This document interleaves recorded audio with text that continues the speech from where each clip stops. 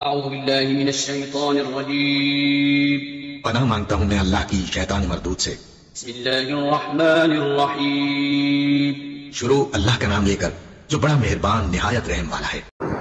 سورۃ الاخلاص کو ہم نے مکمل کیا اور یہ آخری اس کی آیت رہتی تھی۔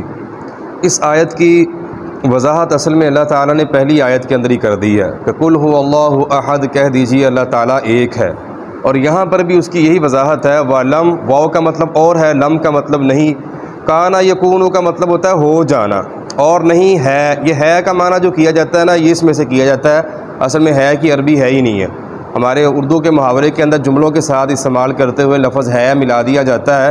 کانا یکونو کا اصل میں معنی ہو جاتا ہے کسی کام کا ہو جانا، ہو گیا یا ہوا تھا یا ہونا ہے یا ہوگا، اس معنی کے اندر یہ لفظ استعمال ہوتا ہے اس لیے پھر اس کا ترجمہ کر دیا جاتا ہے۔ وا اور لم نہیں، یکن ہے، لہو اس کے لیے یا اس کا، کفون، یہ کفو جو لفظ ہوتا ہے نا، یہ برابری کے معنی کے اندر استعمال ہوتا ہے۔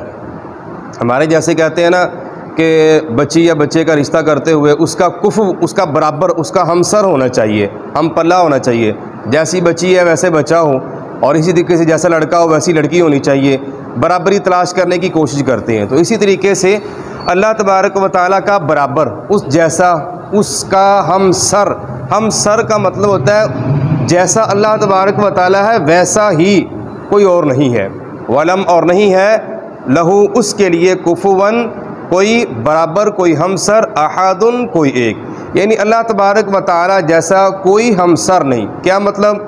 ہمسر، برابر اور شریک کے معنی یہ ہے کہ جیسا اللہ تبارک و تعالیٰ خالق ہے، اللہ جیسا کوئی خالق نہیں، جیسا اللہ رازق ہے، اللہ جیسا کوئی رازق نہیں، جیسا اللہ تعالیٰ اولاد عطا کرنے والا ہے ویسا کوئی اولاد عطا کرنے والا نہیں۔ اسی چیز کے اوپر تمام کی تمام اللہ تعالیٰ کی صفات کو قیاس کیا جائے تو جتنی بھی اللہ تعالیٰ کی صفات ہیں، اللہ تعالیٰ جیسا کوئی اور دنیا کے اندر موجود نہیں۔ تو یہاں تک سورہ اخلاص کا اختتام ہوا۔ سورہ اخلاص کا ہم نے پڑھا تھا کہ سورہ اخلاص کی ایک مرتبہ پڑھیں تو اللہ تعالیٰ اس کا 10 پاروں کے برابر اجر و ثواب دیتا ہے، اور اسی طور پر سورہ اخلاص کو اور اس کے ساتھ سورۃ الکافرون کو نبی علیہ الصلوۃ والسلام جب فجر کی 2 سنتیں پڑھا کرتے تھے تو پہلی رکعت کے اندر سورۃ الفاتحہ کے بعد سورۃ الکافرون کو پڑھتے تھے، اور دوسری رکعت کے اندر سورۃ الاخلاص کو پڑھا کرتے تھے۔ تو یہ دونوں صورتیں جو ہیں ان کو بھی فجر کی سنتوں کے اندر پڑھنا یہ نبی علیہ الصلوۃ والسلام کی سنت ہے، تو ان کا ہمیں اہتمام کرنا چاہیے۔ اس کے بعد قیام مکمل ہوا۔ قیام کو مکمل کرتے ہوئے ہم کہتے ہیں اللہ اکبر، اے اللہ تو سب سے بڑا ہے، تو بہت بڑا ہے، اللہ اکبر کہتے ہوئے ہم رکوع کے اندر چلے جاتے ہیں۔ رکوع کے اندر جانے کی حالتیں پھر نبی علیہ الصلوۃ والسلام سے ہمیں ملتی ہیں کہ آپ علیہ الصلوۃ والسلام جب رکوع کے اندر جاتے اپنے گھٹنوں کو پکڑتے اور مضبوطی سے دونوں گھٹنوں کو پکڑتے، اپنے ہاتھوں کی انگلیاں جو ہے کھلی ہوتی تھی، کشادہ ہوتی تھی، اور ہاتھوں کے یہ جو بازو ہوتے تھے، مکمل بازو یہ ہیں، یہ بالکل سیدھے ہوتے تھے، ان کے اندر خم، موڑ یا بینڈ وغیرہ نہیں ہوا کرتا تھا، بالکل سیدھے ہوتے، ان کے سہارے کے اوپر اپنے گھٹنوں کو پکڑتے ہوئے رکوع کیا کرتے تھے۔ اور پھر اسی طریقے سے آپ علیہ الصلوۃ والسلام سے روایت ہے کہ لا تجزئ صلاۃ الرجل حتى يقيم ظهره،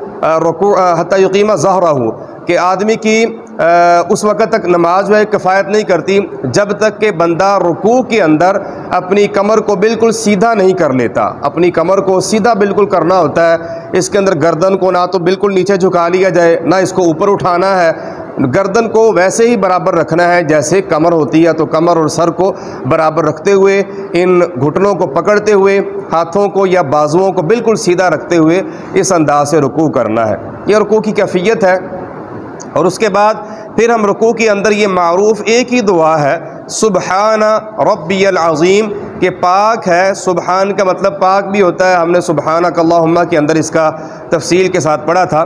تو سبحانک اللہ، سبحان پاک ہے، ربی میرا رب، العظیم جو عظمت والا ہے، پاک ہے میرا رب جو بڑی ہی عظمت والا ہے، یعنی اللہ تعالیٰ جیسی عظمت، اس جیسا مقام، اس جیسی رفعت، اس جیسی بلندی کسی اور کو نہیں مل سکتی، نہ کسی اور کے لائق ہے۔ تو اللہ تبارک و تعالیٰ میرا رب پاک ہے جو بڑا ہی عظمت والا ہے، یعنی رکوع کے اندر جا کر ہم اس دعا کو پڑھتے ہیں۔ یہ دعا وہ ویسے تو دعا نہیں ہے جیسے عام دعائیں ہم پڑھتے ہیں، نیچے دعا میں نے لکھی ہے یہ اللہ تعالیٰ کی تعریف ہی ہے اس کے اندر، یا اللہ تعالیٰ کی تعریفی کلمات ہیں، یہ اللہ تعالیٰ کی صفات اس کو کہہ سکتے ہیں کہ اللہ کی صفت ہے، پاک ہے میرا رب بڑی عظمت والا۔ اس کے علاوہ رکوع کے اندر اور سجدوں کے اندر ہمیں بہت ساری دعائیں ملتی ہیں۔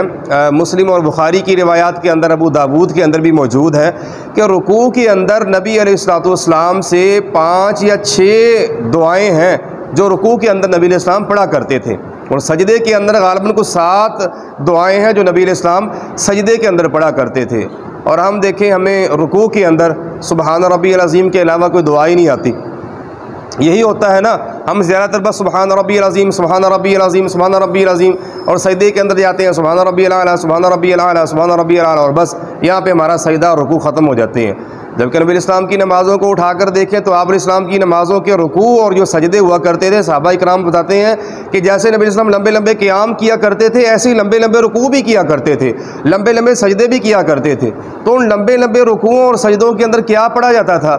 یہی وہ دعائیں تھیں، سبحانک اللہم ربنا وبحمدک اللہم اغفر لی، سبوح قدوس رب الملائکۃ والروح، سبحان ذی الجبروت والملکوت والکبریاء والعظمہ، اس طرح کی دعائیں ہیں، اللہم لک رکعت ولک اسلمت وبک آمنت، اور اسی طریقے سے آگے مکمل یہ دعا ہے۔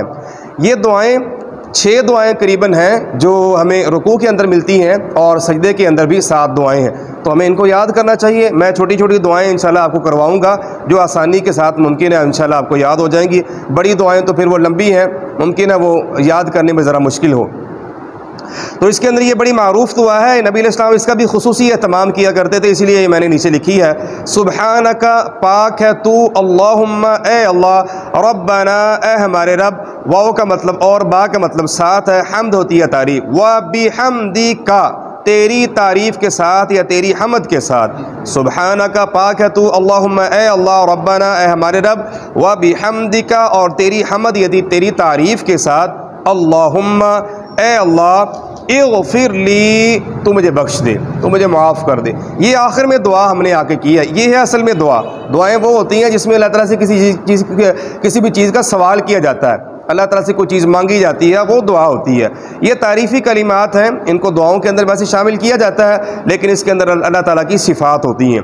تو سبحانک پاک ہے تو، اللہم اے اللہ، ربنا اے ہمارے رب، وبحمدک اور تیری حمد کے ساتھ، تیری تعریف کے ساتھ، اللہم اے اللہ، اغفر لی تو ہمیں بخش دے، ہمیں معاف کر دے۔